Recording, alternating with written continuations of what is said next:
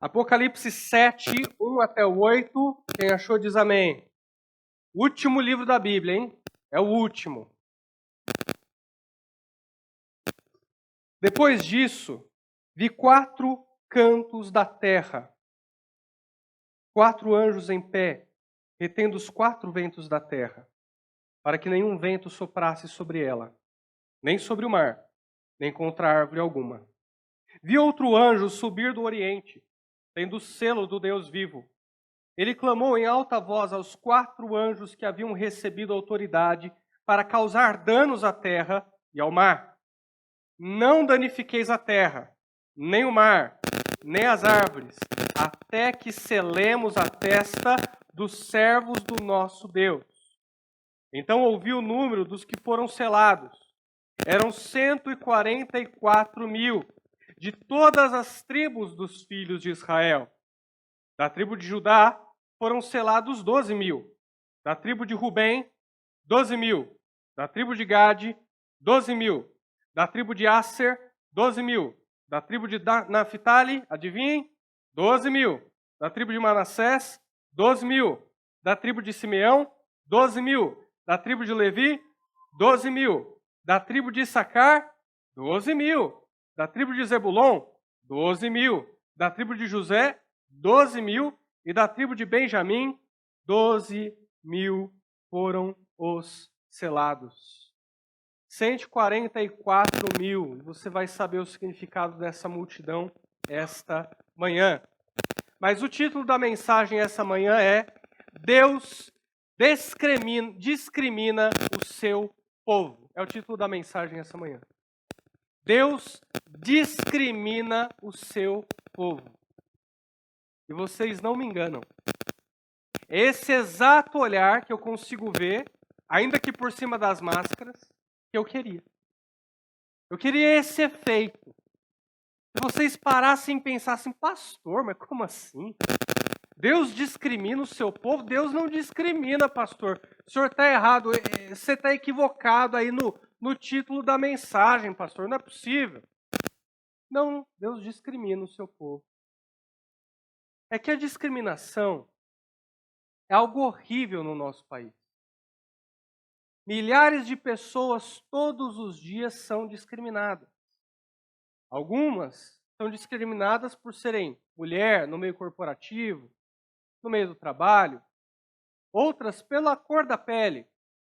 E outras ainda por não terem recursos financeiros.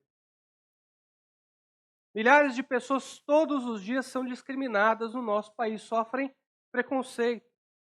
E o nosso repúdio à palavra discriminação é natural. Ele tem que ser forte mesmo, porque cristãos têm que tratar todos igualmente e se levantar contra toda forma de discriminação, seja em que lugar for. Mas a gente também se esquece que a palavra discriminação também tem uma conotação positiva. Também é um bom adjetivo, usado em diversos contextos. Por exemplo, em um hospital, você precisa discriminar, ou seja, diferenciar aqueles pacientes que são saudáveis dos pacientes que não estão saudáveis. Ou o policial, quando vai fazer uma abordagem, quando vai entrar em fogo contra fogo, ele precisa discriminar os cidadãos, os civis, dos bandidos, para poder combater contra o alvo certo. Nós temos alguns membros aqui da igreja que são da segurança pública, privada, e que precisam ali diferenciar os civis dos bandidos. Discriminação. Também é uma palavra que pode ser usada em um bom contexto. E no caso de Apocalipse de número 7, nós vemos Deus diferenciando o seu povo, discriminando o seu povo, separando o seu povo. E esse é um bom contexto. Você vai ver que essa diferenciação, essa discriminação, ela é energia para a sua fé. Ela é força para a sua fé, para que você possa enfrentar todos esses desafios que virão sobre o mundo. Mas para que a gente adentre a esse texto e fale um pouco sobre discriminação e os pontos da discriminação divina, a gente precisa primeiro entender o contexto dessa passagem. Tão importante quanto a aplicação e ela virá em momentos pontuais, e você vai saber como usar essa mensagem no seu dia a dia, te garanto isso, mas tão importante quanto a aplicação é o fundamento, é a interpretação.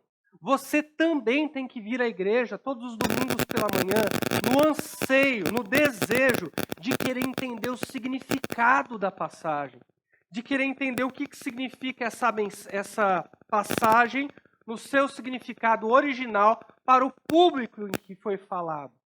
Também é gostoso, irmãos, também energiza a nossa fé entender o que significa as sagradas letras. Vamos ao contexto. João, o apóstolo, o último apóstolo vivo de Cristo até então, ele escreve às 7 igrejas que estão na Ásia, moderna Turquia. Você vai ver ali que todas essas igrejas atualmente elas ficam na moderna Turquia. Ele escreve a essas igrejas, não escreve a igreja de Jerusalém, não escreve a igreja original, mas essas 7 que servem de portal para o mundo todo, que servem de evangelismo para o mundo. Deus ele continuou alcançando o mundo inteiro através da pessoa de Paulo, e João escreve essas igrejas para fortalecê-las, para fortificá-las, para que elas continuem o trabalho que Deus começou em Paulo. João, então, à medida que escreve essa carta de Apocalipse, essa epístola de Apocalipse, ele é arrebatado até os céus. E no céu ele vê algo grandioso. Ele vê o Deus Pai, o Deus Criador, na pessoa do leão, reinando sobre todas as coisas. Como também vê Cristo na pessoa do Cordeiro, igualmente reinando sobre tudo e sobre todos. Enquanto o céu está em ordem, a terra ela está em caos. Ela é consumida por 4 fenômenos terríveis. Nós vimos aqui que esses fenômenos são guerra e, consequentemente, doença, peste e morte. A terra está um caos, cristãos estão sendo perseguidos e martirizados. Deus então ouve o clamor do seu povo. Nós vemos no capítulo de número 6 que os mártires, os cristãos perseguidos, eles perguntam a Deus: Senhor, até quando nós passaremos por isso? Até quando nós vamos continuar sofrendo? E porque Deus ouve o clamor do seu povo, ele os responde e traz juízo contra todos aqueles que perseguiram os cristãos. Existe juízo e justa retribuição contra todos os ímpios.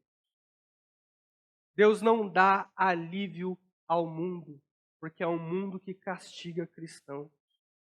E nós aterrizamos no capítulo de número 7, onde ele continua poupando o seu povo, onde ele continua confortando o seu povo, consolando o seu povo. Deus seleciona e discrimina o seu povo de todos os ímpios, de todos os demais. Olhem a ordem que ele deu aos anjos. Olha, eu quero anjos em 4 cantos da terra, e vocês vão tocar na terra, porque a terra está em pecado. É o fim da terra. E depois nós vamos ver que é o recomeço. Fim e recomeço de todas as coisas. Novos céus e nova terra. Mas vocês vão tocar na terra. Vocês vão tocar no mar. Vocês vão castigar esse planeta que só fez mal aos cristãos, que perseguiu a minha igreja. Porém, antes de atacar o mundo, vamos selecionar o povo de Deus. Uma missão muito maior, muito melhor, foi dada aos anjos, que ao invés de castigarem ao mundo, deveriam naquele primeiro momento separar quem era de Deus e quem não era de Deus. Separar quem pertencia a Deus e quem não pertencia a Deus. E aí nós vemos 12.000 de cada tribo de Israel, que compõe o número de 144.000. Esse número ele é no mínimo significativo. Não porque Deus só vai salvar 144.000, tá? Deus vai salvar uma multidão muito maior do que essa. Porque se você ler nos versos de número 9 e número 10, fala-se a respeito dessa mesma multidão.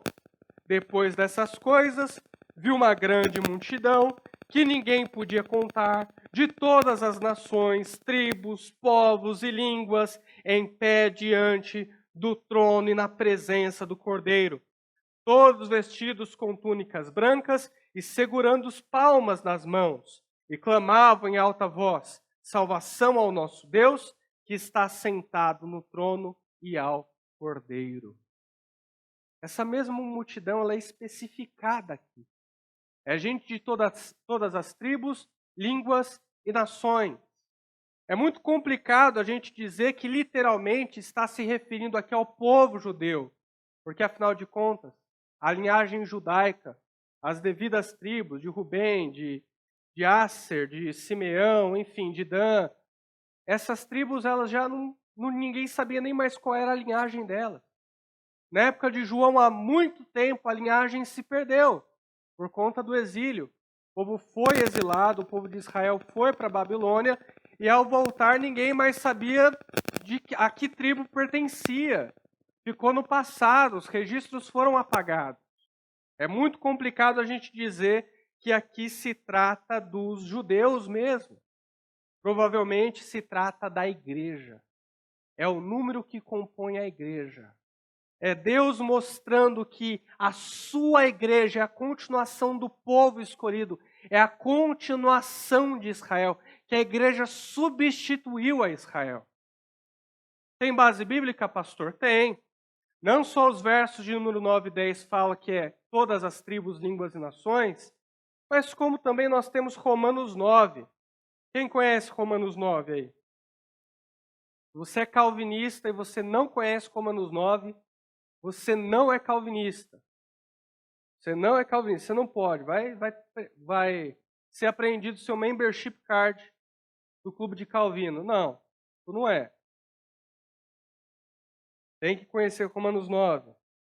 Versos de número 6 a 8. Olha o que ele fala a respeito do povo de Israel. Não é o caso de a palavra de Deus ter falhado. Porque no contexto você vai ver que ainda há um propósito para Israel, ainda há um objetivo para Israel. Por quê? Porque nem todos os que são de Israel são israelitas. Como assim, Paulo? Nem todos de Israel são israelitas? Nasceu na nação de Israel, é filho de judeu, é israelita? Paulo diz não. Verso 7. Nem por serem descendência de Abraão são todos os seus filhos. Há um novo significado a respeito do que significa ser judeu. Há um novo significado neotestamentário no que diz respeito a pertencer a Deus, a ser povo de Deus. E qual é? Por meio de Isaac, a tua descendência será chamada. Isto é, não são os filhos naturais que são filhos de Deus. Não é mais o povo de Israel que é povo de Deus. Não é mais o israelita que é tido como pertencente a Deus. Mas os filhos da promessa é que são contados como descendência. E que promessa é essa? A promessa que Deus fez a Abraão. Pelo teu descendente, não Isaac, Cristo, todas as nações da terra, de novo, todas as nações da terra serão abençoadas. A minha crise contra uma linha teológica chamada dispensacionalismo. Se você não sabe o que é dispensacionalismo, eu vou adiantar para você, que é evangélico, que veio da pentecostal, é o que você aprendeu a vida toda, tá? É isso que é dispensacionalismo. Basta assistir lá, ler o Tim LaHaye, assistir o Deixados para Trás, você vai saber o que é dispensacionalismo, o que você aprendeu a vida inteira. A minha crise com essa linha teológica é que ela diz que Deus tem dois povos. Não, Deus tem o povo de Israel e Deus tem a igreja. Quando no Novo Testamento a gente vê que a igreja substituiu o povo de Israel. Então, quando ele diz 144 mil nesse texto, é figurativo, é uma ilustração para demonstrar o número completo da igreja. Todos os santos, cristãos, de todas as eras, de todas as tribos, de todas as línguas, reunidos aqui em nome de Jesus, pelo descendente, pela promessa. É isso que está em jogo nessa passagem. Você é povo de Deus. Recuse imitações. Judeus não são povo de Deus. A igreja é povo de Deus. É o primeiro ponto da mensagem. Deus seleciona o seu povo. Não se envolva com quem Deus não selecionou. O que nós vemos aqui? Verso de número 3. Deus dá uma ordem aos anjos. Selemos a testa dos servos do nosso Deus. Marquem eles. Diferenciem eles. Discriminem eles. Vamos ver claramente quem serve e quem não serve a Deus. É figurativo. Nós já fomos selados pelo Espírito Santo de Deus para o dia do juízo. Nós já fomos selados. Mas Deus ele está dizendo para nós essa manhã por meio dessa carta: vocês me pertencem. Não esqueçam que vocês me pertencem. Não esqueçam que vocês são igreja. Não esqueçam que vocês são meus. Lembrem-se disso quando vocês verem a imagem de vocês no espelho. Vocês não são qualquer coisa. Vocês não são qualquer um. Vocês são minhas ovelhas. É o que Deus está dizendo para nós. Portanto, não se envolva com quem Deus não selecionou.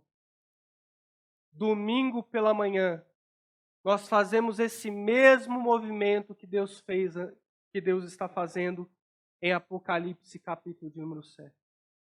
Deus está reunindo, congregando o seu povo. A gente sempre viu Deus fazer isso. Nós vimos Deus fazer isso no Antigo e no Novo Testamento. Deus está aqui congregando, reunindo o seu povo. E nós precisamos ter prazer na reunião de Deus também. Se Deus reúne o seu povo, eu preciso ter prazer nessa reunião. Se Deus congrega, se Deus ajunta o seu povo, eu preciso ter alegria nesse ajuntamento também. Portanto, todos os domingos pela manhã, quando você se dirigir para essa igreja, lembre-se para que tipo de reunião você está se dirigindo. Você está se dirigindo para uma reunião grandiosa. O povo de Deus se reúne aqui. Que privilégio meu essa manhã poder falar para a igreja de Cristo, para o povo que Deus congregou. Tenhamos esse prazer. O Salmo diz: alegrei-me quando me disseram, vamos à casa do Senhor. E as pessoas do mundo, elas não entendem isso. Elas não entendem o nosso compromisso. Não é culpa delas. O entendimento delas está cauterizado por conta do pecado. O diabo as cegou, elas não conseguem perceber a importância dessa reunião. A alegria que nós temos em cultuar, elas não conseguem perceber. E é nós que precisamos mostrar para elas a nossa alegria. Elas não conseguem entender o nosso prazer em adorar. Elas não conseguem entender o nosso prazer em sermos ministrados pela palavra de Deus, em sermos cheios da palavra de Deus.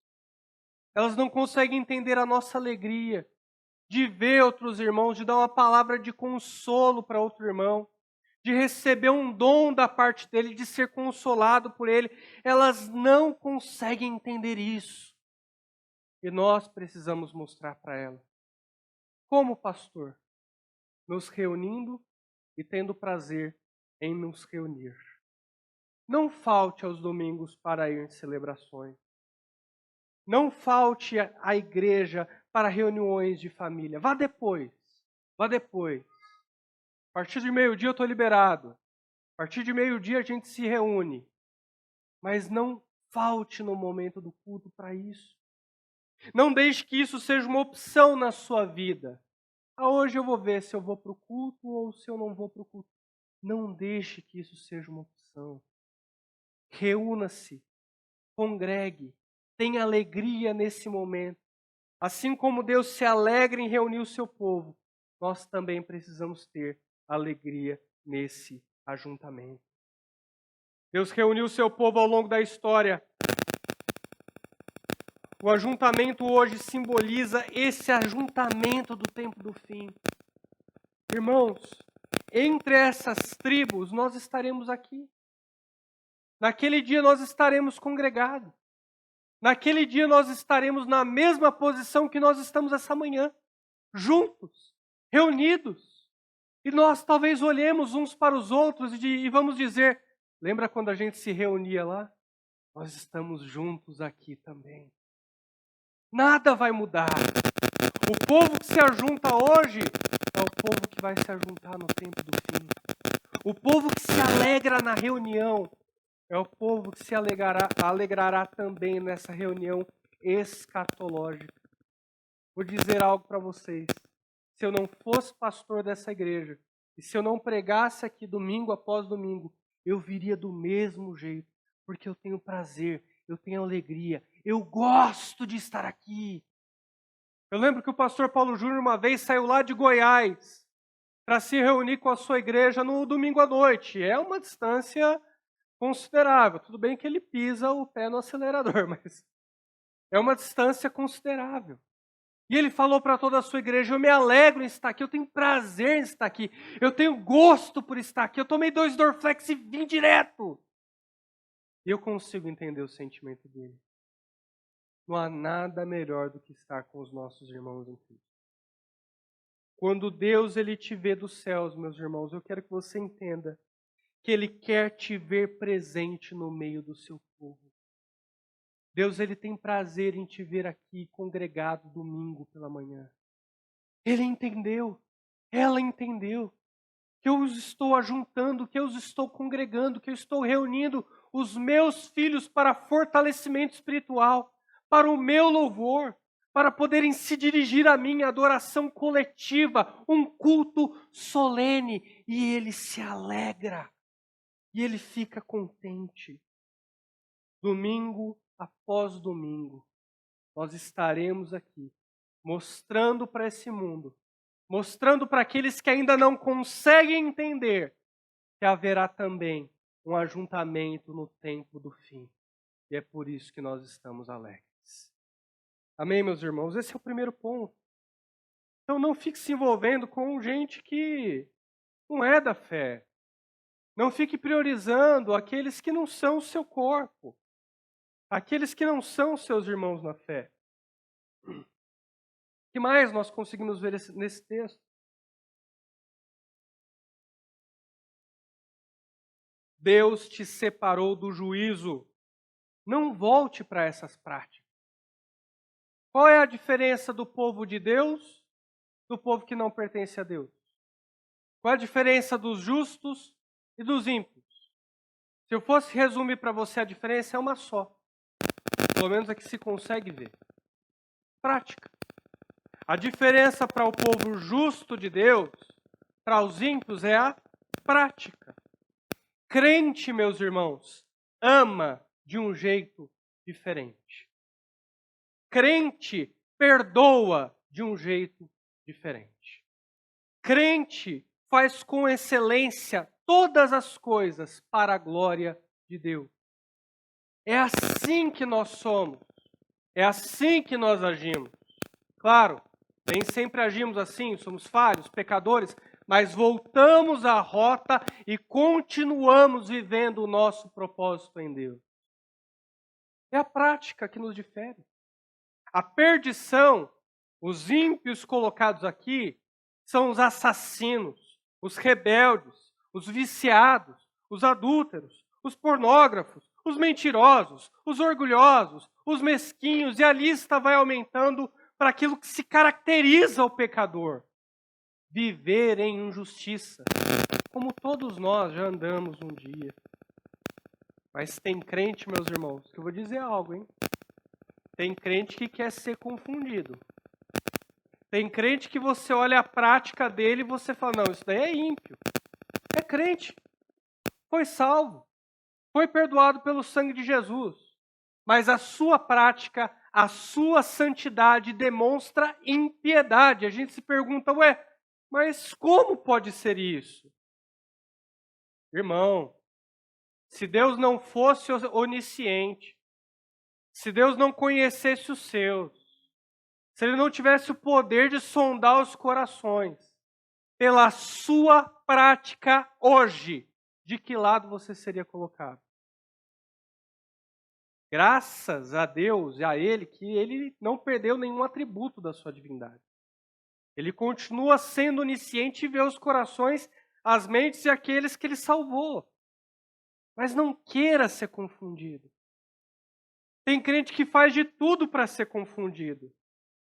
Tem gente que é crente, mas se envolve em uns pecados tolos, se envolve em uns pecados bobos, que a gente olha e fala, para quê? Por quê? Retorna à sua rotina de santidade.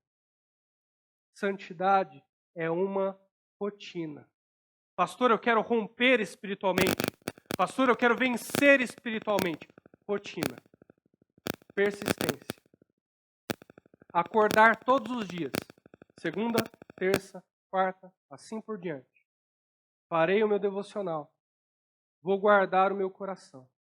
Não vou me envolver com conversas que não convêm. Seja no trabalho, seja com os meus parentes que não conhecem a Deus. Não vou me envolver. Não vou contar essa piada. Não vou ouvir essa música que não edifique, que tem uma letra que vai contra os valores de Deus.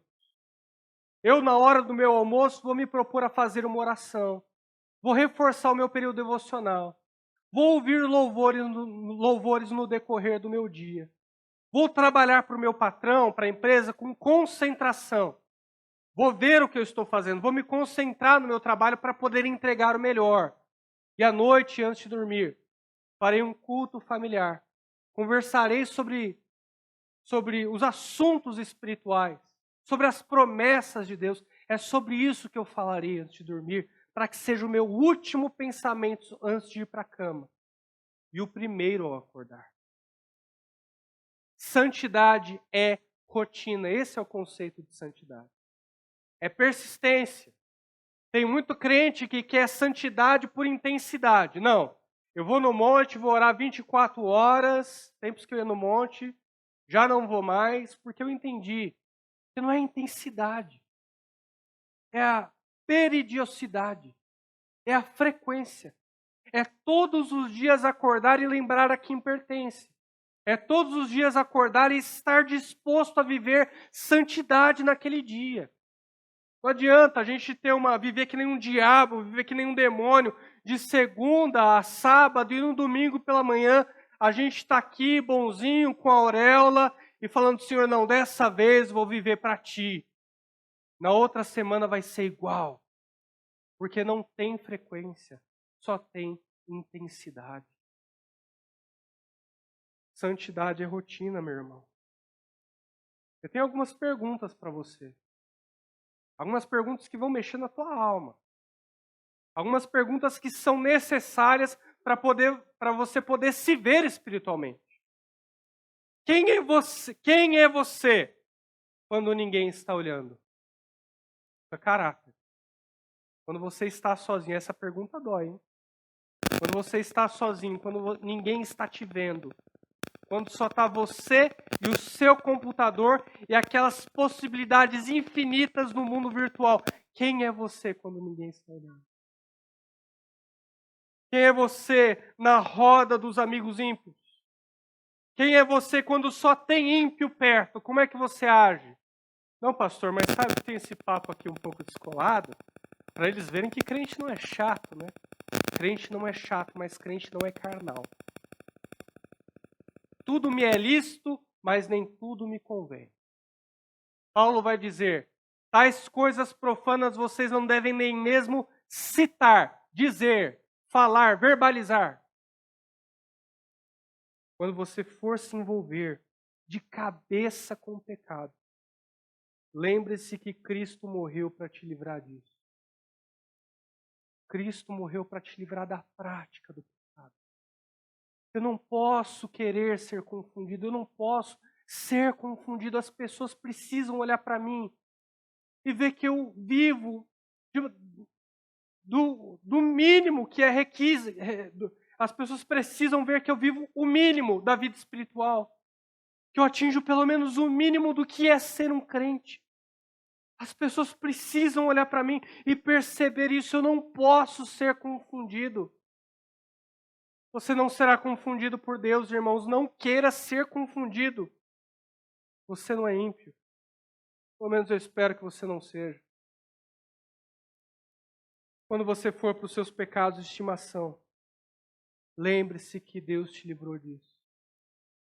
2022, ano novo, vida nova, hábitos superiores de santidade, rotina espiritual melhor, gabaritada, forte.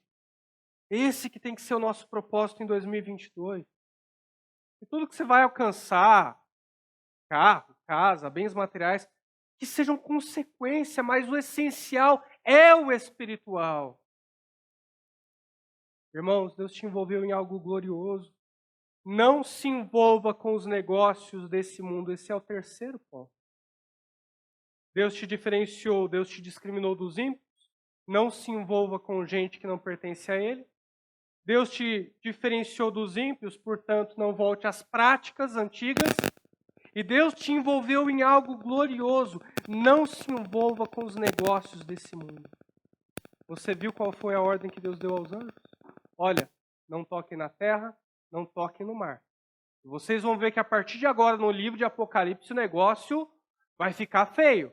O caldo vai engrossar. Vai vir uma tribulação sobre o mundo como nunca vista. Mas Deus não manda essa tribulação sem antes separar aqueles que são seus. Olha como Ele te poupou. Olha como Ele te livrou. Separem eles, depois juízo diante do mundo. Separem eles, depois o juízo para o mundo. Separem eles, depois a gente age com justiça contra os ímpios. É o que Deus está dizendo aqui. Deus te envolveu em algo glorioso. O problema é que muitas vezes a gente quer ser livre da tribulação. E Deus ele quer nos livrar na tribulação. Você quer ser livre da, mas Deus ele quer te livrar na. Tem um monte de crente, com perdão da palavra, mimado, que acredita no arrebatamento da igreja. De novo, deixados para trás. Fica a roupinha, fica o sapatinho, você sobe, e aí o juízo contra o mundo. É o que os dispensacionalistas acreditam. Porque eles pensam que não, Deus ele vai nos livrar da. Mas o que nós vemos aqui, o movimento que nós temos no texto, é que Deus vai livrar na tribulação. Deus não me poupou de perder o meu pai. Mas Deus me poupou no meio dessa tribulação. Dessa dor ser a tal ponto de me deixar paralisado. Na maior parte das vezes, se você observar a sua vida, Deus não te livra da, Deus te livra na. Você vai passar por crises financeiras, você vai passar por crises existenciais, emocionais, você pode enfrentar talvez uma depressão, você pode passar por momentos de aflição na sua saúde, no seu psicológico. Às vezes a vida espiritual também não está tão bem, as coisas não estão tão boas, você não sente a presença de Deus, você lê a Bíblia e não causa efeito na sua emoção, na sua feição espiritual. Deus não te livrou da, mas Deus vai te livrar na. Persista, fique firme. Que pertencer a Deus seja a energia que a sua fé precisa para continuar a existir. Que ser povo de Deus, que ser a igreja escolhida, santa, remida, global, seja a força que a tua fé precisa para continuar lutando, para continuar tendo esperanças em Deus. A tribulação, a grande tribulação, vai vir sobre o mundo. Crentes serão perseguidos, martirizados. E se você estiver nessa geração, você não vai ser poupado. Mas você vai ter vitalidade espiritual. Você vai ter força para continuar consolando a igreja. Para pregar o evangelho para aqueles que ainda não conhecem a Deus. Você vai ter força para tudo isso, porque Deus, em sua soberania, decide te livrar na tribulação. E não dá. E não dá. Livrado da tribulação é a igreja neopentecostal, onde você vai lá, qual era o testemunho? Não, eu estava sofrendo, parei de sofrer. Não, eu estava em crise, parei de estar em crise. Não, eu estava doente, parei de estar doente. Irmão, Deus livra Ná. Deus livra Ná. É aquela paz que excede todo entendimento, que você não sabe de onde vem, você só sente e consegue colocar para fora. Deus continua sendo fiel. É livramento Ná. E esse ajuntamento maravilhoso que está escrito aqui. Você consegue ver pelos olhos da fé? Imagina, essa igreja global, todas as eras, todas as culturas. Tem crente russo, tem crente cubano, tem crente argentino, tem crente brasileiro, de todos os tempos congregados. E a gente vai olhar as nacionalidades e as etnias, e a gente vai perceber, Deus salvou tudo isso. Deus é soberano a esse ponto de ajuntar para si tanta gente. O número 144 mil é significativo. Deus está dizendo, pessoal, é muita gente que é minha. É muita gente que pertence a mim. Eu consegui cumprir o meu plano, o meu propósito. Eu tenho os meus filhos e filhas e ninguém os tirará da minha mão. É nisso que você está envolvido. Eu vi um clima parecido no mundo uma vez. Uma vez. Na Copa do Mundo, não no Brasil. Porque no Brasil, porque o governo não nos deu hospital, porque a gente já estava muito bravo com a Dilma, com o PT. A gente não conseguiu aproveitar a Copa do Mundo. A gente não ficou feliz de ter a Copa do Mundo aqui. Quando o Brasil perdeu de 7-1, é aí que a gente parou de gostar da Copa mesmo. Tem gente que nunca mais comprou uma camisa do Brasil. Mas quando eu viajei para o Egito, que é África, não sei se você sabe, mas o Egito fica na África, tá? Fica no chifre da África, quase acabando, mas é África. Quando eu fui para lá na Copa do Mundo, eu vi a felicidade do olhar das crianças.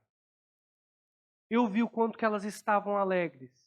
De no continente delas, não era nem no país, no continente delas, eles estarem recebendo a Copa do Mundo. Tocava a música da Shakira, aquela da Copa do Mundo, em todas as esquinas. As crianças sorriam, elas ficavam felizes. Elas me viram uma vez com a camisa do Brasil, um chutou a bola para mim. Brasil! Aí chutou a bola para mim assim. Eu matei, fiz umas embaixadinhas, chutei de volta. Essa parte eu estou inventando, mas tudo bem.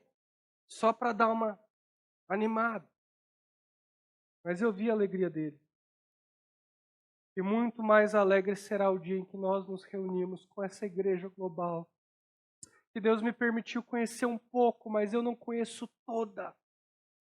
A igreja global. Aqui no Brasil, em Interlagos, é um extrato dessa igreja global. É um pouco dessa igreja, dessa total igreja que pertence a Deus. Agora eles são só, falam uma mesma língua e servem um único rei apenas. Essa é a igreja global que está descrita aqui. Louvado seja Deus por isso. Não existe competição, não é Copa do Mundo, porque a vitória já foi conquistada na cruz do Calvário e era a vitória espiritual que nós precisávamos. Todo mundo ganhou aqui. Todo mundo está torcendo para o mesmo time. Etnias diferentes, mas um único propósito eterno e maravilhoso em comum. A salvação das nossas almas. O conforto em saber que enfrentaremos tribulação, mas que Deus nos dará tudo o que nós precisamos.